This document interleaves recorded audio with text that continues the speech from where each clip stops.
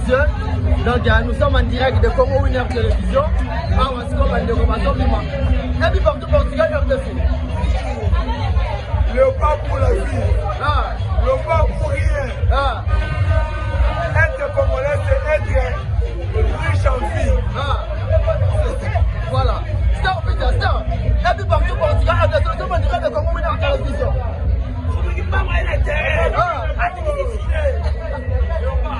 Voilà, il y a pas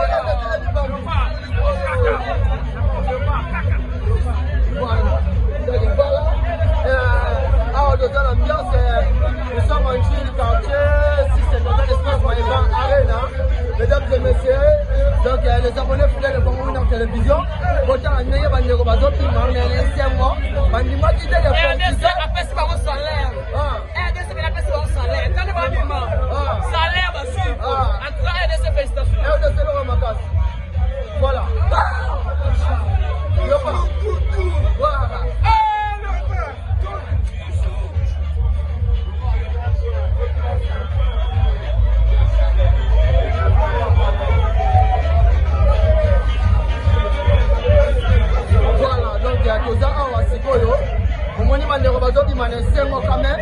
Malgré un but partout,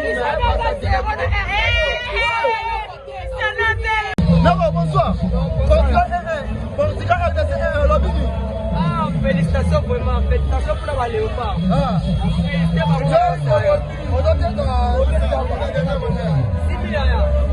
C'est nos maillots pour les maillots. Voilà, pour les maillots. Voilà. Papa, et puis partout, il n'y a pas un Portugal. C'est bon. D'accord. Voilà, mesdames et messieurs, nous sommes en direct d'abord dans l'ambiance et pour les amis qui se passent en Boca.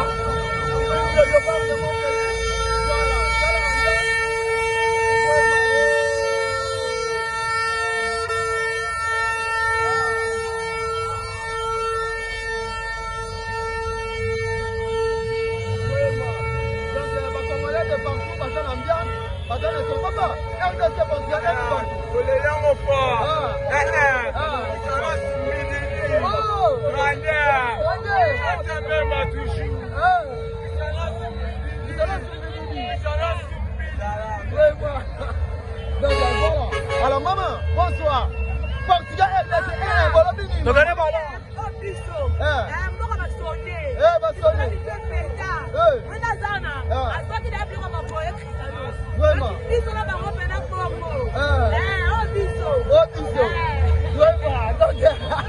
Voilà mesdames et messieurs, nous sommes en direct d'un film qui s'intéresse.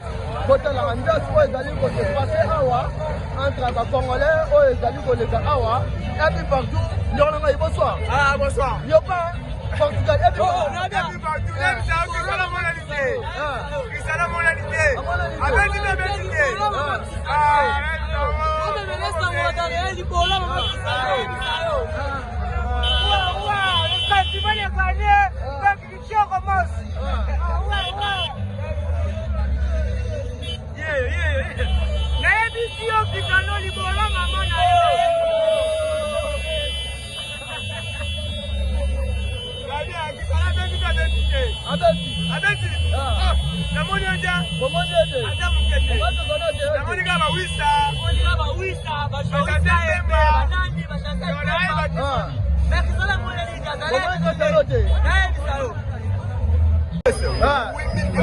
RDC Portugal et puis partout.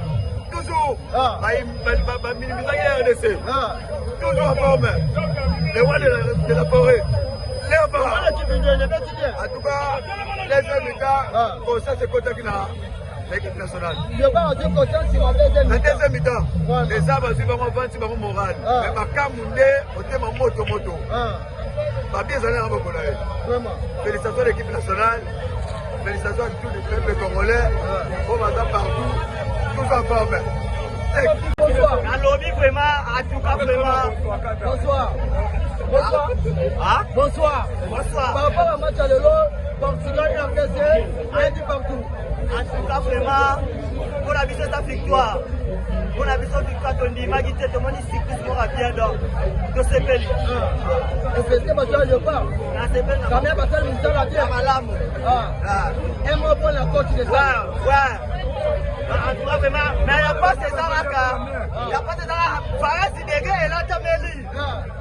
Farah Sidege et là, Jameli. Il y a aussi un peu de gagner. Papa, est-ce que tu vois ton Portugal?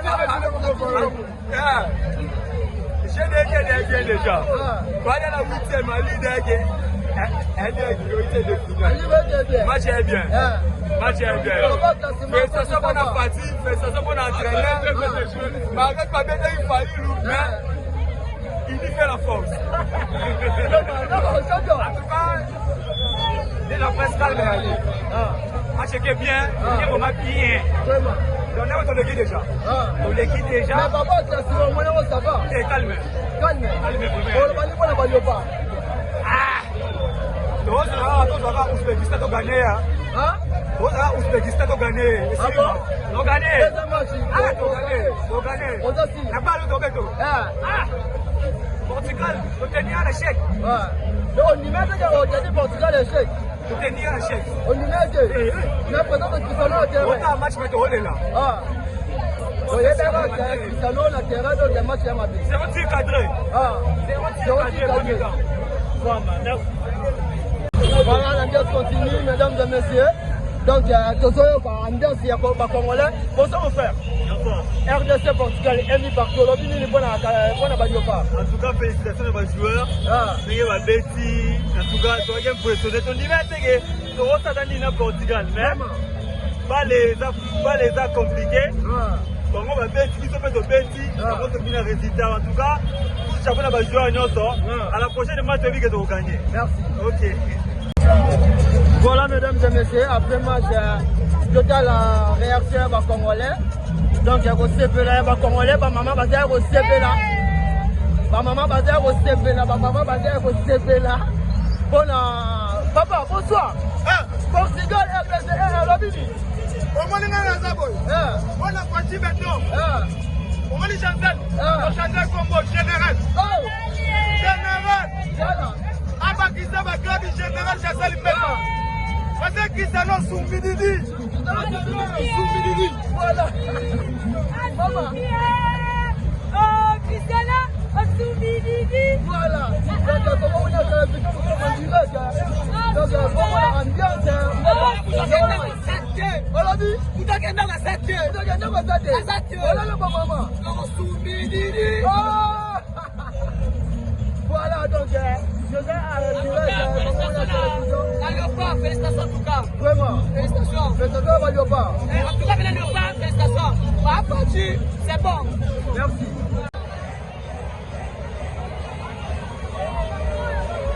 Et un peu de Portugal, on l'a dit. Voilà, donc l'ambiance continue, mesdames et messieurs. Donc nous sommes en direct de Congo Winner Télévision. On va se faire une information. Et puis partout Portugal, RDC. Le pas pour la vie. Le pas pour rien. Être congolais, c'est être riche en vie. Voilà. Stop, Peter, stop. Et puis partout Portugal, RDC. Nous sommes en direct de Congo Winner Télévision.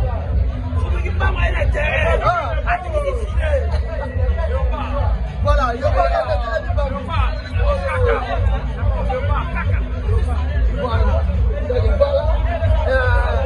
de dans l'ambiance, nous sommes en Chine, quartier, si c'est dans l'espace Maïban Arena. Mesdames et messieurs, donc les abonnés fidèles de Congo Winner Télévision, autant en ayant bandé au bateau, puis m'en est laissé moi. Bandima qui était RDC après c'est pas mon salaire. RDC mais après c'est mon salaire. Quand on va vivre, salaire aussi. En tout cas RDC félicitations. RDC le ramacasse. Voilà. Voilà.